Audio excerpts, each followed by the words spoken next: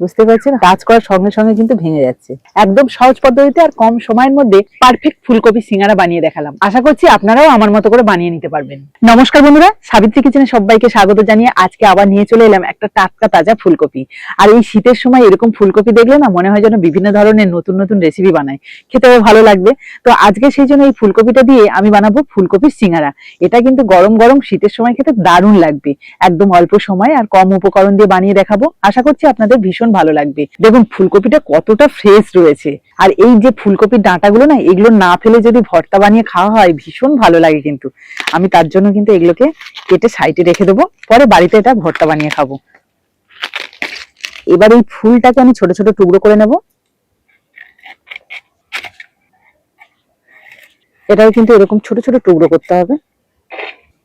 যতটা সম্ভব ছোট ছোট টুকরো করলে তবে তাড়াতাড়ি সিদ্ধ হয়ে যাবে।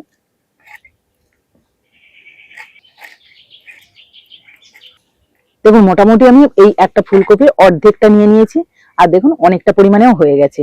এবার এর সাথে আমি দুটো আলু দেব। আলু আর ফুলকপিটা কাটার পর কিন্তু ভালো করে ধুয়ে নিয়েছি।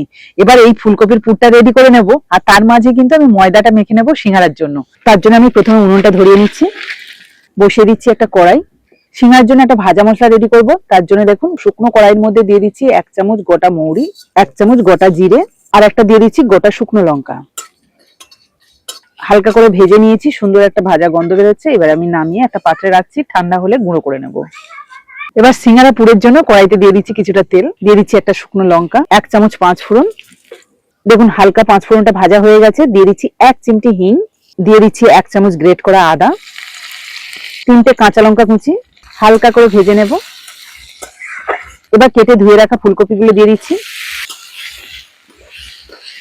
ফুলকপিটা দেখুন হালকা ভেজে নিয়েছি। এবার দিয়ে দিচ্ছি কেটে রাখা আলুগুলো। এবার বাকি যে মশলাগুলো আছে দিয়ে দেবো। হলুদ গুঁড়ো, নুন, আমচুর পাউডার, অল্প একটু জিরে গুঁড়ো। ভালো করে এবার মিশিয়ে নিচ্ছি। সবকিছু ভালোভাবে মেশানো হয়ে গেছে। এবার ভালোভাবে সিদ্ধর জন্য দিয়ে দেবো জল।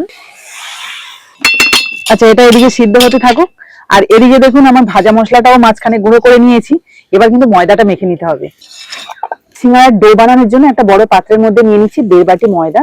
এর মধ্যে দিয়ে দিচ্ছি অল্প একটু কালো জিরে, সামান্য একটু জোয়ান, স্বাদ মতো নুন, 1 চামচ ঘি, আর 1 চামচ দিয়ে দিচ্ছি রিফাইন্ড অয়েল। এবার এই সমস্ত কিছু উপকরণ ময়দার সাথে ভালো করে মিশিয়ে একটা ভালো ময়ান দিতে হবে, কারণ সিঙ্গারার জন্য কিন্তু ময়ানটা একদম পারফেক্ট হওয়া চাই। আমি এখানে ঘি আর সাদা তেল দুটোই ব্যবহার করেছি, আপনারা চাইলে যে কোনো একটাও ব্যবহার করতে পারেন। দেখুন ময়ানটা খুব ভালোভাবে দেওয়া হয়ে গেছে, কারণ এই যে মুঠোর মধ্যে চলে আসছে, আবার দেখুন ঝুড়ো হয়ে পড়ে যাচ্ছে। তো এইভাবে ময়ানটা দিতে হবে, মানে 2 থেকে 2.5 মিনিট মতো কিন্তু এইভাবে ময়ান দেওয়া দরকার আছে, তাহলে কিন্তু খুব ভালো মুচমুচে হবে। এবার অল্প অল্প নর্মাল জল দিয়ে একটা শক্ত ডো বানিয়ে নেব। দেখুন খুব ভালোভাবে মেখে নিলাম ময়দাটা। মোটামুটি এটাকে 10 মিনিটের জন্য রেস্টে রাখবো। এদিকে দেখুন ফুলকপি আর আলুটা মোটামুটি ভালোভাবে সিদ্ধ হয়ে গেছে। এবার একটা স্টিলের গ্লাস নিয়েছি, আর গ্লাস দিয়ে কিন্তু একটু চেপে চেপে একটু ম্যাশ করে নেব। দেখুন খুব বেশি ম্যাশ করিনি, কিন্তু হালকা করেই ম্যাশ করে নিয়েছি। এবার এর মধ্যে দিয়ে দিচ্ছি কিছুটা ভাজা বাদামের টুকরো, ধনেপাতা কুচি, আর যে মশলাটা আমি ভেজে গুঁড়ো করে রেখেছিলাম সেটা। এবার ভালো করে মিশিয়ে নেব। দেখুন পুরটা কিন্তু একদম পারফেক্ট ভাবে রেডি হয়ে গেছে। এই দেখুন, এবার একটা পাত্রে নামিয়ে রাখবো। চলুন এবার আমি সিঙ্গারার শেপটা দিয়ে নিই। তো শেপ দেওয়ার আগে আমি একটা লম্বা রোল বানিয়ে নিচ্ছি, কারণ এর থেকে কয়েকটা লেচি কেটে নেব। আমি একটা ছুরির সাহায্যে কিন্তু এই যে লেচিগুলো কেটে নিয়েছি। এবার 2 হাত দিয়ে একটু গোল করে সাইডে রেখে দেবো। বাকিগুলো দেখুন আমি ঢাকা দিয়ে রেখেছি, আর একটা নিয়ে নিয়েছি। এটাকে এবার সিঙ্গারার শেপ দেবো। দেখুন একটা লেচি থেকে কিন্তু 2টো সিঙ্গারা হবে। এই যে তার জন্য আমি মাঝখান থেকে কেটে নিচ্ছি। এই যে কাটা অংশ একটা নিয়ে নিচ্ছি, এটাকে আমি এই যে একটার উপরে একটা এইভাবে চেপে সিল করে নেব।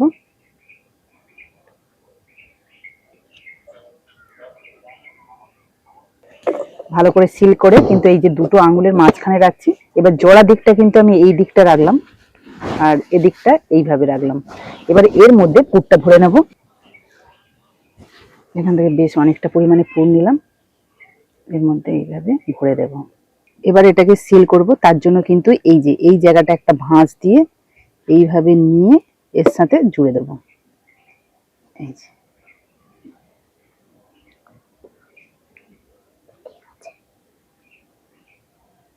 এই দেখুন, এবারে এটাকে কিন্তু খুব ভালোভাবে সিল করতে হবে যাতে না বেরিয়ে যায়। আমি তার জন্য এই যে হাত দিয়ে চেপে চেপে এইভাবে মুড়ে দিচ্ছি। দেখুন সিঙ্গারার শেপ দেওয়া হয়ে গেছে, কত সহজে আর কত কম সময়ের মধ্যে সিঙ্গারার শেপটা দিলাম দেখুন। আর একদম পারফেক্ট দোকানের মতো সিঙ্গারার শেপ দেওয়া হয়েছে, দেখুন ট্রায়াঙ্গেল শেপ হয়েছে কুট্টুস।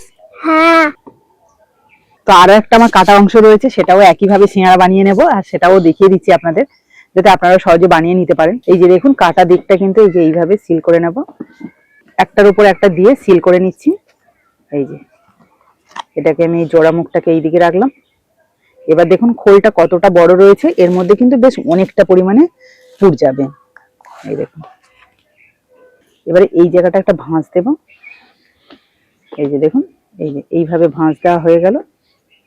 এবারে এটাকে এই যে এটাকে টেনে মানে দু মাথা ধরে কিন্তু এইভাবে টেনে সিল করে দিতে হবে। তা বাকি যে অংশগুলো রয়েছে সেগুলো একইভাবে এইভাবে আঙুল দিয়ে চেপে চেপে সিল করে নেব। আমি একটুখানি মুড়ে দিচ্ছি। দেখুন আরো একটা সিঙ্গারা শেপ দিয়ে নিয়েছি, কতটা সুন্দরভাবে রেডি হয়ে যাচ্ছে দেখতে পাচ্ছেন অল্প সময়ের মধ্যে। সিঙ্গারাগুলো কিন্তু পুরে ঠাসা রয়েছে। তো চলুন এবার উনুন ধরে এগুলোকে ভেজে নিই। কড়াইতে দিয়ে দিচ্ছি কিছুটা রিফাইন তেল। তেলটাকে কিন্তু একদম হালকা করে গরম করেছি। এবার সিঙ্গারাগুলো ছেড়ে দিচ্ছি। দেখুন তেলে দেওয়ার পরেই কিন্তু এই যে হালকা বাবলস উঠছে, দেখে বুঝতে পারছেন আপনারা কতটা টেম্পারেচার কম আছে এই তেলের। প্রায় মিনিট 3 মতো আমি ভেজে নিয়েছি, এখনো কিন্তু কালার কোনো রকম চেঞ্জ হয়নি, কারণ লো আছে ভেজেছি তো শুধুমাত্র জাস্ট উল্টে পাল্টে দিচ্ছি। আর সিঙ্গারার সাইজ গুলো দেখেছেন কতটা বড় বড় হয়েছে। দেখুন সিঙ্গারাগুলোকে উল্টে পাল্টে বেশ লাল লাল করে ভেজে নিয়েছি, এতটা মুচমুচে হয়েছে না খুন্তিটা লাগাতেই পারছি না, খুন্তির টাচ লাগলেই কিন্তু ভেঙে যাচ্ছে। তো এবার ঝাঁঝরির সাহায্যে এই সিঙ্গারাগুলোকে তুলে নেব। এই দেখুন সিঙ্গারাগুলো কত সুন্দর হয়েছে। চলুন বাকিগুলো আমি একইভাবে ভেজে নিই।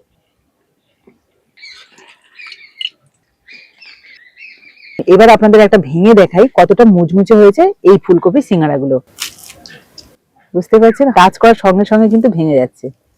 এই দেখুন পুরো ঠাসা পুরো। কুট্টুস তুমি একটা নিয়ে নাও, বাবা তুমি একটা তুলে নাও। কি বানিয়েছো বৌমা? হ্যাঁ রেস্টুরেন্ট হেরে যাবে, অসাধারণ। ভালো লাগছে তো? এই সিঙ্গারাটা কিন্তু অনেকক্ষণ ধরে মুচমুচে থাকবে, ফুডটা এত সুন্দর নরম, খেতে খুব টেস্টফুল লাগছে। তো বন্ধুরা আজকের এই ফুলকপি সিঙ্গারা রেসিপিটা আপনাদের কেমন লাগলো অবশ্যই কিন্তু কমেন্টে জানাবেন। আর এই শীতে একবার হলেও এই ফুলকপি সিঙ্গারা বাড়িতে বানিয়ে খাবেন, দেখবেন ভীষণ মজা পাবেন। তো আজকের মতো টাটা, পরের দিন আসবো আবার একটা নতুন ভিডিও নিয়ে। ততক্ষণে ভালো থাকবেন, সুস্থ থাকবেন। ধরো বাই বাই। টাটা বন্ধুরা, ভালো থাকো, সুস্থ থাকো।